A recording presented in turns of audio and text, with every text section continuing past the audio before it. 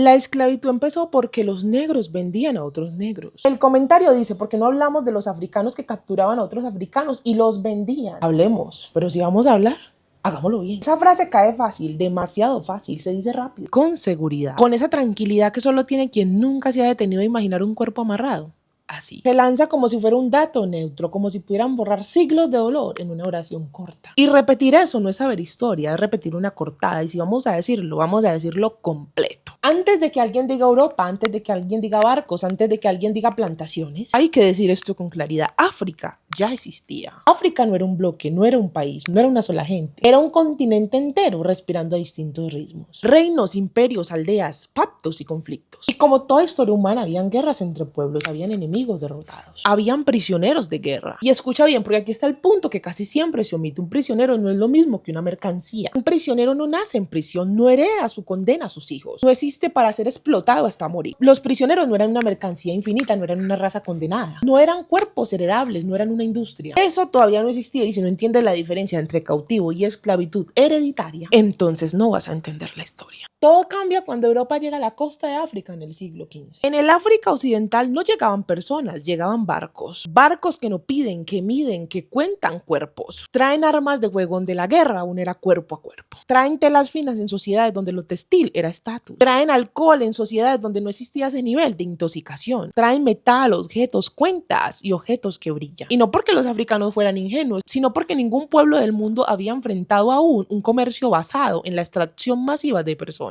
Europa no quería 10, quería miles, no quería un intercambio ocasional, quería un flujo constante, no vino a intercambiar, vino a escalar. Y cuando escalas algo, lo deformas. Lo que antes era ocasional se convierte en carencia humana. Guerras provocadas, aldeas incendiadas, familias partidas, cuerpos producidos para la exportación. Y aquí aparece la herida más incómoda de nombrar. Sí, hubo africanos que entregaron a otros africanos. Y eso no lo puedo limpiar con poesía. Pero tampoco se usa como sentencia final, y te voy a explicar por qué. Porque lo que se entregaba al inicio no era nuestra gente, pues en el sentido moderno. Eran enemigos, pueblos rivales, prisioneros de guerra. Y aún así eran personas negras. Aquí no hay absolución, hay tragedia. Lo que antes era ocasional se convierte en cacería humana. Lo que nadie dice es esto, muchos no sabían el destino final. No existía el concepto de trabajo forzado por vida en otro continente. No sabían del océano como tumba, no sabían del trabajo hasta que el cuerpo se rompiera. No sabían de la violación sistemática. No sabían de la mutilación como castigo. No sabían de los hijos que iban a nacer ya condenados. Y cuando lo entendieron, ya el sistema estaba armado. Ya no tenían control del mar, ya no tenían control de las armas, ya no tenían el control del mercado. El sistema ya no era africano, era atlántico, europeo, ya era una maquinaria. Y los reinos que intentaron resistir fueron castigados, destruidos. Eso no era una cooperación libre, era una coacción prolongada. Coacción. Ahora imagina el cuerpo, no el discurso, el cuerpo. Captura violenta, cuerdas apretando muñecas, golpes para que camines rápido, personas cayendo en los caminos, cadáveres abandonados en los caminos como si nunca hubieran tenido nombre. Lenguas distintas gritando órdenes que ni siquiera entienden. Marchas de semanas, hambre, enfermedades. Llegando a la costa, encierros oscuros, piel contra piel, violaciones, hierro caliente marcando carne viva. No para decir que eran humanos, para decir que eran propiedad. Luego el barco, oscuridad total, cadenas, excremento, vómito, sangre, muerte diaria. Cuerpos arrojados al mar como si fueran basura defectuosa. Personas prefiriendo lanzarse al océano antes de seguir respirando. Eso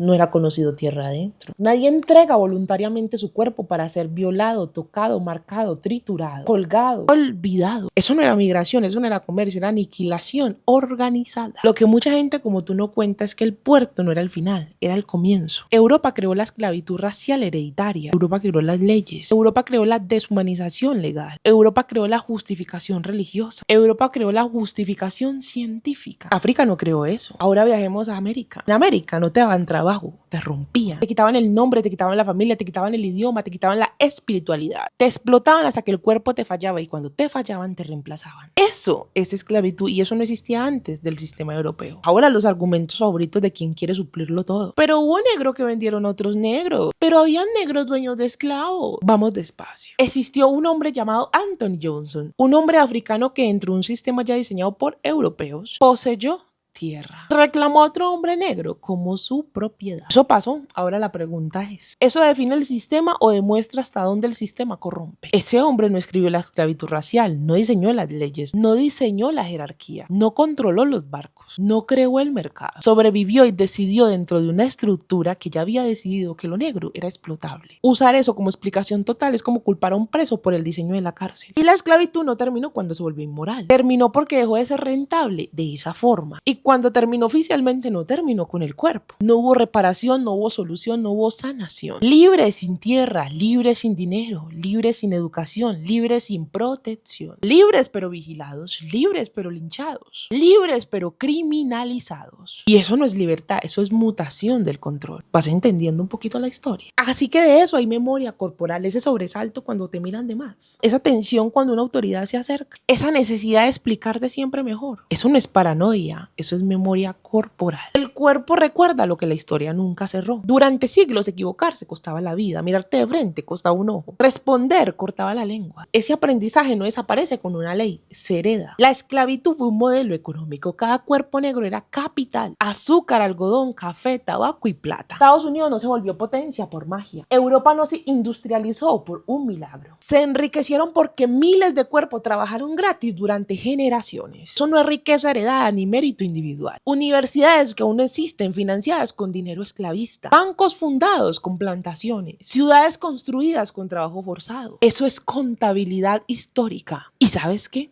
Esa herencia nunca fue devuelta. Por eso hoy no es casualidad la desigualdad, es casualidad la segregación, no es casualidad quién llena las cárceles. Eso no es coincidencia, es continuidad. Cuando alguien dice eso ya pasó, yo escucho ya te beneficiaste. Decir los negros también vendían negros en este contexto no es historia, es evasión, es mirar una gota de sangre y negar la masacre. La esclavitud no fue un malentendido cultural, fue un negocio global, sostenido por leyes, armas y dinero, y aún se ve. La esclavitud no empezó porque negro vendió negro. Esa es una explicación perezosa que protege al verdadero arquitecto del sistema. Hubo decisiones, hubo codicia, hubo imperio, hubo planificación y codición planificada. Hubo violencia planificada. Esto que estoy diciendo no es resentimiento, es contexto. La esclavitud no fue un error histórico, fue un diseño. Y los diseños dejan huellas, por eso es que una cosa de esta no se supera en silencio. Porque sin contexto la comodidad parece mérito y el dolor parece exageración. Y la historia sin contexto se vuelve mentira elegante. Ahora sí, elige qué haces con lo que acabas de escuchar.